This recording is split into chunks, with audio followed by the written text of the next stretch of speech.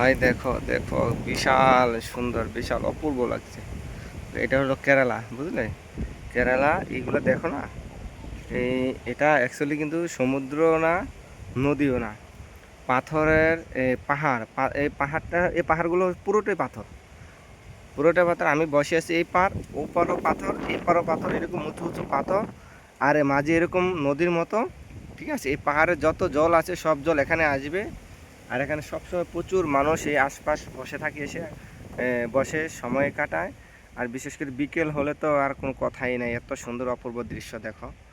আর আজ এত ভালো লাগছে কেননা, এই জন্য ভালো লাগছে তোমার খুব বাতাস, হাওয়া, হাওয়া বইছে, অনেক হাওয়া বইছে। এই হাওয়ার কারণে দেখো এই জলের কতটা শব্দ হচ্ছে। আর ঢেউ, জলের কালারটা চেঞ্জ হয়ে গেছে।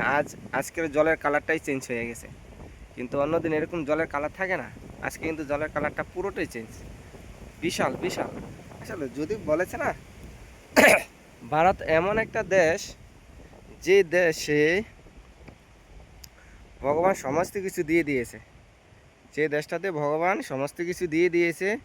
এই জন্য বলেছে সারা ভারতবর্ষ ঘুরে যা দেখবে, ঠিক আছে, সারা পৃথিবী ঘুরে কখনোই সেটা তোমার চোখেই পড়বে না, এতটা সুন্দর। আজ দেখো না, এতটা ভালো লাগছে, কি আর বলবো বলো। আমাদের ভারতের বিভিন্ন রাজ্যে, এক একটা রাজ্যে এক একটা দৃশ্য দেখা যায়। যেমন আমি কয়দিন আগে সিকিম গিয়েছি। সিকিম, ওফ, অপূর্ব দৃশ্য। সিকিম দেখার মতো জায়গা, মানে কি বলবো, এতটা পরিষ্কার পরিচ্ছন্ন। আর আইনগতভাবে এত, মানে সিস্টেম এত সুন্দর, পুরো সিঙ্গাপুরের মতো। হ্যাঁ, আজ কেরালাটাও প্রায় সেই মালয়েশিয়ার মতো। মালয়েশিয়া আমি ছিলাম বেশ কয়েক বছর। মালয়েশিয়ার সিস্টেমের মতনই কেরালাটা, পরিষ্কার সমস্ত দিক দিয়ে। হুম।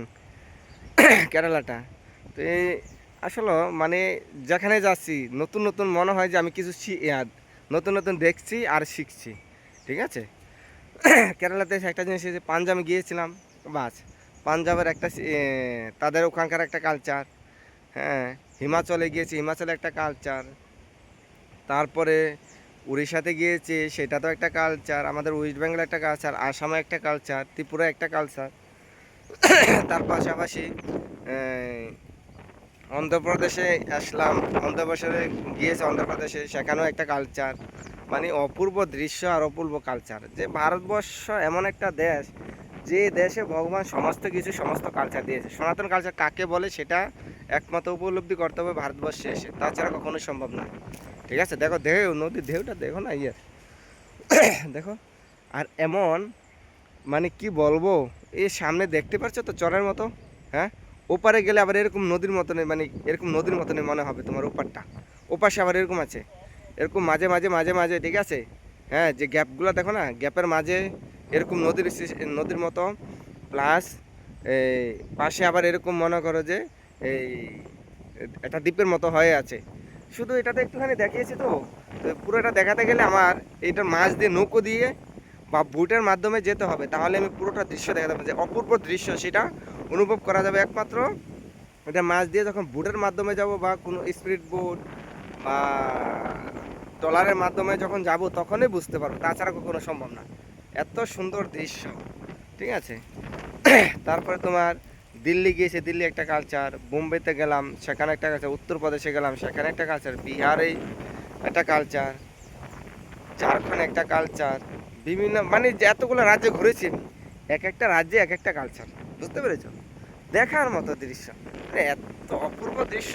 আর ভগবান স্বয়ং, কি আর বলবো, যেখানে ভগবান আবির্ভূত হয় সেই জায়গাটা আর কিরকম থাকে, সেটা তো আর বোঝার কোন, মানে বলার আর কোনো কিছু রাখে না, কতটা সুন্দর হতে পারে। আর ভগবান যখন আবির্ভূত ভারতবর্ষে যখন আসে, আবির্ভূত যখন হয়, তখন তো সেটা বলতেই হয় যে ভগবান যখন আসে, ওনার সব প্রাসাদ নিয়ে আসে। আর এই জন্যই আমার ভারতবর্ষ এতটা সুন্দর। ঠিক আছে। জয় শ্রীরাম, জয় জয় শ্রিয়া বড় রামচন্দ্র ভগবান কি জয়। পাবন স্রোত শ্রী হনুমান কি জয়।